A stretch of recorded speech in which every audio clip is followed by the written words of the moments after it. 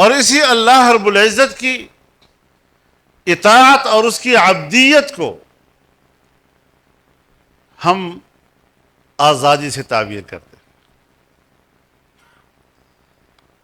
مجھے ایک میرا دوست تھا، ابھی بھی زندہ ہے، تو وہ سیکولر مائنڈڈ تھا، تو مجھے کہنے لگے کہ مولوی صاحب سڑکوں پر آ کر کھڑے ہوتے ہیں، آزادی آزادی آزادی، اور مسجد میں بیٹھ کر سارا دن اللہ کی بندگی اللہ کی بندگی اللہ کی بندگی۔ ایک کام کیا کرو، یا بندگی جب بتاؤ یا آزادی بتاؤ۔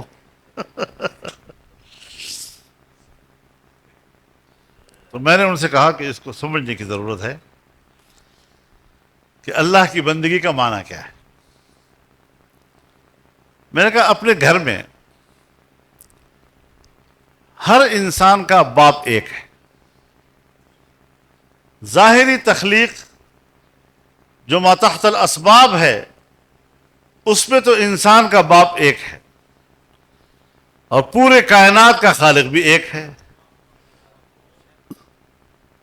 اب جو اولاد اپنے والد کا فرما بردار ہو، اطاعت گزار ہو، اور وہ والد کی دکان پہ بیٹھتا ہو،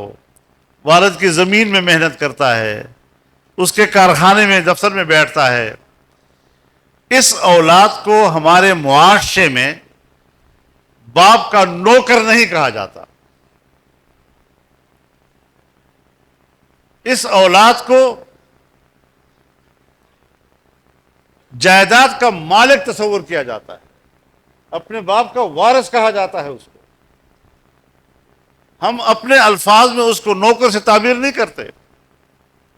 اس کو ملازم کے لفظ سے تعبیر نہیں کرتے، لیکن معاشی مجبوریاں ہمیں مجبور کر دیتی ہیں کسی طاقتور دولت مند کے دروازے پہ جا کر، سرکار کے دروازے پہ جا کر ہمیں نوکری کرنی پڑتی ہے، معاشی مجبوری ہوتی ہے۔ ہم ان کے زمین پہ کام کرتے ہیں، مزیرے بن جاتے ہیں،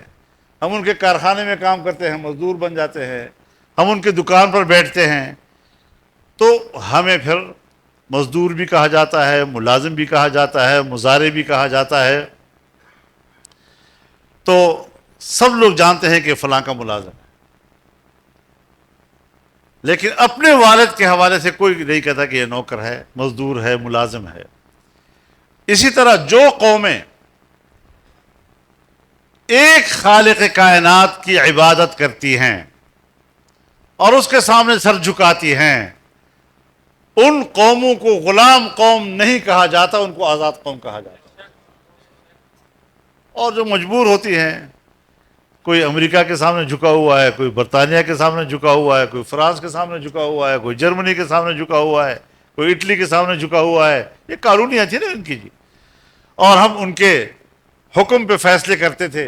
اور اطاعت گزار تھے، تو ہم غلام قوم کہلاتے تھے۔ تو ہمارے اکابر نے تو اس قسم کی قوموں کو اس غلامی سے نکال کر آزادی کی طرف بلایا ہے، یعنی توحید کی طرف بلایا ہے، ایک اللہ کی بندگی کی طرف بلایا ہے۔ یہ ہے ہماری تاریخ۔ اب اس حوالے سے ظاہر ہے کہ انسان کی دو زندگیاں ہیں، ایک اس کی انفرادی زندگی ہے اور ایک اس کی جماعتی زندگی، مملکتی زندگی، ملی زندگی ہے۔